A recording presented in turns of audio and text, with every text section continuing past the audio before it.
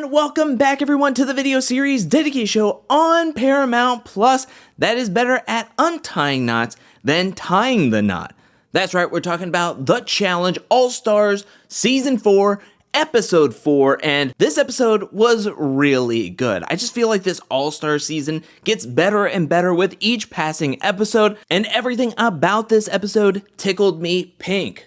But before we can get to what I was foreshadowing, let's start off where last episode left off, and that was with the double elimination where Kefla and Rachel won their elimination down the tube between Cyrus and Ayanna. We got some new star holders, and coming back to the challenge house, everybody seems calm, cool, and collected, mainly between the friendship trio of Rachel, Tina, and Veronica. Now, even though Rachel swapped stars between Tina and Veronica, there's no love lost. It was the safest move, it was probably the smartest move, and everybody is on the same page. Realistically, they're just happy to be on a challenge together, reunited the three of them. Now with their friendship going strong, there is another friendship in the house that is crumbling, and that is the friendship between Cam and Cara. Now they came into All Stars with an understanding that they would be looking out for each other, but at the last nomination, Cam really wanted Rachel and Ayanna to be voted in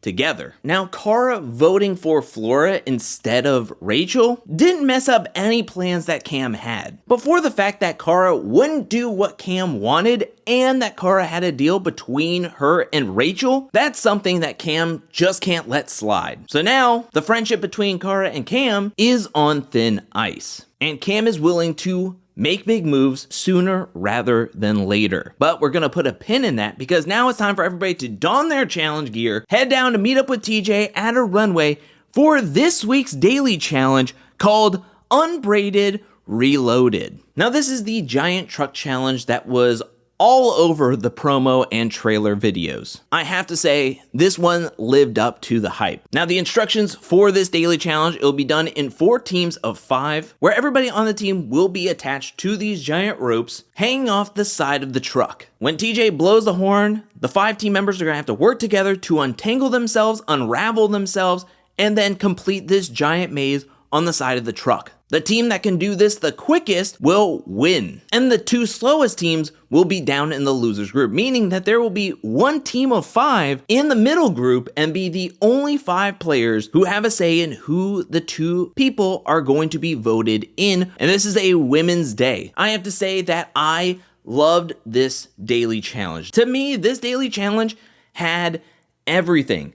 This was a spectacle, but it wasn't all flash and no substance. This daily challenge looked difficult, but it was easy to comprehend. It was easy to follow along. I just felt that this daily challenge was running on all cylinders and was so fun to watch. I loved it. Let's get into the first round between red and orange. On the red team, we have Avery, Brad, Jasmine, Jay, and Tina. And on the orange team, we have Ace, Brad, Cara, Flora, and Veronica. Now, even though this orange team has some experience, has some challenge champions with Brad, Cara, and Veronica, it did not work out very well for them. The communication was tough, and not everybody was succinct in how they wanted to complete this task, and they were realistically all over the place. Whereas the red team started out a little shaky, but overall was really solid. And they crushed this challenge, especially compared to the orange team, that they felt like it would stand up and they would at least be the middle group. In the next round, we had the pink team of Derek, Cam, Laurel, Ryan, and Steve going up against Adam, Kefla, Leroy, Nicole, and Rachel. And again, the green team is looking stacked. Kind of like what we thought with the orange team. Well, on paper is different than how you perform as a unit. They just were not working well at all. I think Adam and Rachel were both trying to be the leaders, and at one point Rachel was like, Adam's like fighting me on this. Maybe it's a case of too many cooks in the kitchen, as they were mess on top of mess on top of mess. Chaos reigned in this green team. I feel like they were more tangled up at one point than what they started. Pink team absolutely crushed it. The whole team defaulted to Laurel and Cam to be the leaders. And even though there were 2 leaders of Cam and Laurel, they still worked well with each other. The teamwork was strong with the pink team, and the green team eventually finished, but this came down to either the pink team or the red team, and for how well and how fast they did this, the pink team of Derek, Cam, Laurel, Ryan, and Steve won. And the middle team was the red team of Avery, Brandon, Jasmine, Jay, and Tina, meaning everybody else is in the losing group. To me, this was such interesting timing because, one, I love this challenge, but to have, at this point in episode 4, to have only 5 people voting makes this vote rather important with so few votes to go around. Now, we do come back to the challenge house, and here's some very interesting conversations. We first see Laurel and Nicole talking with each other. It seems like a mature conversation, and then it moves into the territory of being flirtatious. It seems to me that Laurel really wants some closure to what happened with them in their previous relationship. That they do have a lot to say to each other because of how abruptly their relationship ended. And then at one point, the conversation turns to how attracted they are to one another, and then it gets very flirtatious when it cuts off and we move to a different conversation. You can just see that the seeds are being planted for a recoupling of Laurel and Nicole. To me, it's gonna happen sooner rather than later. Being in the challenge house relationships, it's almost like a pressure cooker for relationships. You're with the person 24/7, so when you do have feelings for one another, it just goes from 0 to 100 real quick. But then we move on to a conversation between Brandon and Cara Maria. Now, we know these two met on the challenge, debuted the same season, they go way back, and Cara feels that even though she's in the losing group, that she feels like she can count on Brandon's vote. She feels that Jasmine, Brandon, and Jay will have her back, but in this conversation, Brandon does say that he wants to do something memorable and impactful with this upcoming vote that will help set him up for a better future in this game. Does that mean voting in Cara Maria? We get to the bar scene and it's really short, but we have Jay, Jasmine, and Tina talking about the upcoming vote. They're in the middle group. They have a lot of power between them.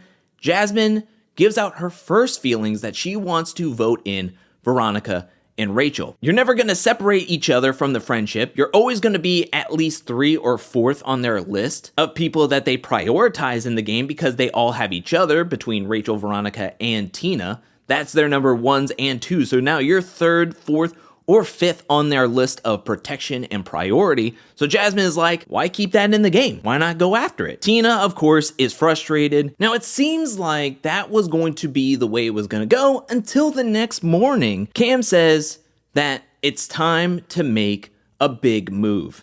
And when you have in the losing group 2 challenge champions, 2 challenge legends, of Rachel and Cara down there. She tells this to Jasmine and Avery, who then wants to have a meeting with Brandon and Jay. Mind you, Tina has not been in any of these conversations, and she won't show up until the voting. But in this winner chat, Jasmine says, I'm willing to take the move because I don't want to have to go up against either Cara or Rachel. Have one of each other take the other one out. So Jasmine says, I'm doing it. Avery says that she's willing to vote in Cara, but not Rachel. And Jay is the opposite, saying that he has no problem saying Rachel's name, but Cara is off the table. Now, Brandon really could have shook up this vote. Like, if he took a hard stance in not wanting to say Cara's name, it could have got real wonky. But instead, he says, I'm down for saying Cara and Rachel. Again, wants to make a big, impactful move, and he doesn't want to see either of them go deep into the game or possibly make the final. There's a point during this episode where I felt like either Ace is psychic, or he has his fingers on the pulse of this game, or he is just really in tune with this game and these players, because there's a point where they're just chilling out in the living room and Ace says how much he enjoys Cara and Rachel's company, and he really wishes it wasn't going to be them two being voted in against each other. And Cara's like, I don't think that's going to be the case, but you know what? I'll just bring it up. I'll ask him and I'll bring it up. So she goes and talks to Jay and Brandon, and it's kind of like, hey, Ace just said the funniest thing. Ace told me that it could be me versus Rachel in the elimination. How crazy is that? That's so funny, right? That's such a funny thing to say. Like, that would never happen, right, guys? And Brandon and Jay just play it super coy. Brandon saying, well, we really haven't talked about it. We're waiting until the vote to get everybody's thoughts and feelings about everything, but nothing is set in stone. Which isn't a definitive, that will never happen, I will never say your name kind of answer that Cara was looking for. But speaking of the vote, we get to the vote where Tina elects to go last. She wants to know where everybody else's thoughts are at and would rather everybody else vote instead of her give her 2 cents and her opinion, which I think is very bad in this situation.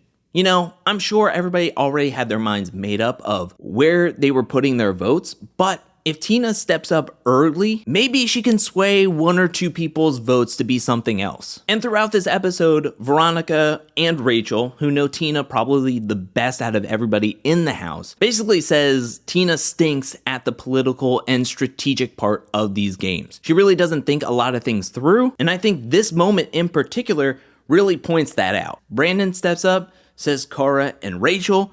Avery steps up to go Veronica and Cara. Jay says Rachel and Flora. And Jasmine says Rachel and Cara. It is done. It is finished. It is Rachel 3, Cara 3. Whoever Tina votes for is just window dressing at this point. It makes no difference where she throws her votes, so she just decides to go with the flow and says Rachel and Cara. Coming back with the information that it's going to be Rachel and Cara is ready to give people a show. Her and Rachel are doing high fives. It's 2 legends gonna battle it out 1v1, and it's all good fun except for Jasmine and Brandon, where Cara is disappointed with Jasmine, where she had Jasmine's back in episode 2 during the voting, that maybe she would return the favor and not vote for Cara to go into the elimination. And Jasmine says, it's just game, I'm looking out for myself. And Cara didn't take it personal.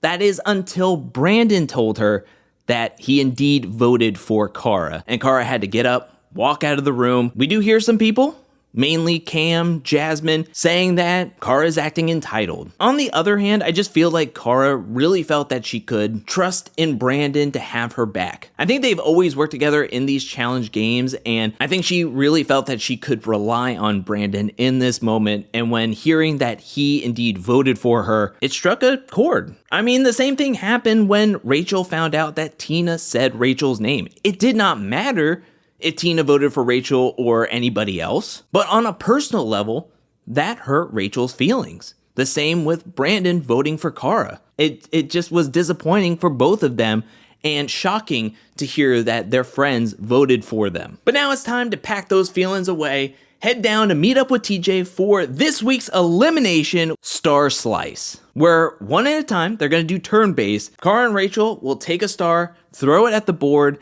and trying to hit their opponent's picture. The first person to hit their opponent's picture 3 times will win and stay in the game. Now, if you hit your own picture, your opponent gets a point. And there's also some other disadvantages on the board, like having to stand on 1 leg. There's also an advantage of being able to move closer 5 feet. Cam and Laurel say no thank you because this really is a game of chance at a certain point. If you've never done this before, it's a game of chance. So they decide that they're gonna let Rachel and Cara go head to head. I was excited for this elimination between 2 challenge legends, and I actually really like this elimination, but I wish this was an elimination that was going to be more physical. I mean, you have these 2 strong competitors, 2 of the strongest competitors in the house. I was hoping for a pole wrestle. I was hoping for a balls in. I would have preferred this game to be more of if there was an imbalance of competitors. Like if Laurel and Jasmine found themselves going head to head in an elimination,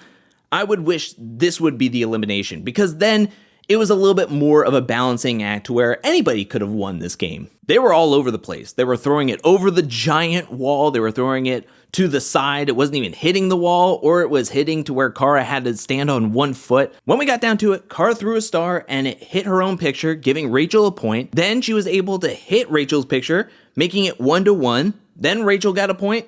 Then Cara just barely got a point on Rachel to tie things up 2-2. You couldn't have hoped for a closer game than it was. And at the end of the day, Cara was up. She has ice in her veins as she threw that star and got the 3rd and final point she needed to win this elimination, stay in the game, and unfortunately, Rachel was eliminated. Now, normally, if you win an elimination, you get to steal a star. But because Cara went up against a star holder in Rachel, she stole Rachel's star and has to now give it to another woman. At first, I think she was trying to make a peace offering to Laurel, but then she thought about it. I just went up against a star holder. We had to deal with each other, and that put a target on each of our backs. I don't want the same thing happening where I would go up against Laurel, so that's when Cara decided that she was going to give the star and put a target on Jasmine. Now, Cam says in the confessional that this was a pretty dumb move, that she should have gave it to Laurel or somebody who is a stronger competitor in the game. But my feeling is that Cara did the right thing to put a barrier around her star for a longer time, because now if somebody goes into the elimination and wins, they're more apt to take Veronica and Jasmine's star before Cara's star. And I think a lot of people would be intimidated to take Cara's star, especially how well she had been doing in daily challenges, to the point where she could get in the winner's circle sooner rather than later and then return the favor. Whereas I don't think a lot of people are intimidated by Veronica or Jasmine and would be more apt to take their stars, especially since they didn't win anything. They were gifted stars by other competitors rather than them going into the eliminations and earning their stars. So I think people now are more apt to take their stars than Cara's star, so I actually think it's not that bad of an idea. So right now, the current star holders are Adam, Kefla, and Steve, Cara, Jasmine, and Veronica. But that is it. We are getting closer to the middle of the season, and people are making moves. Waves are being made in the house. Lines are dividing the house. And it only looks like it's going to get better and better as we move throughout this game. I cannot wait. I'm so excited for this season. This episode, to me, was perfect. It was awesome. I love this episode. What'd you think about this episode? Let me know down in the comments section below. What'd you think about the daily challenge? What'd you think about this elimination? Do you think the middle group made the right decision by voting in Rachel and Cara against each other? And what do you think about Cara giving Jasmine Rachel's star? Do you think that was the right move, or do you think she should have gave it to Laurel? What do you think about Rachel being eliminated from the game this early? Let me know anything and everything down in the comment section below. Thank you so much for watching up to this point. And I also want to give a shout out thank you to everyone who supports me over at patreon.com/angelcakevids. Thank you for your support. Thank you for your generosity. Thank you, thank you, thank you. And thank you to everyone who's watching this video up to this point. I'll be back really, really soon with more Challenge All-Stars 4 content, more challenge content, more content in general. But until then, peace.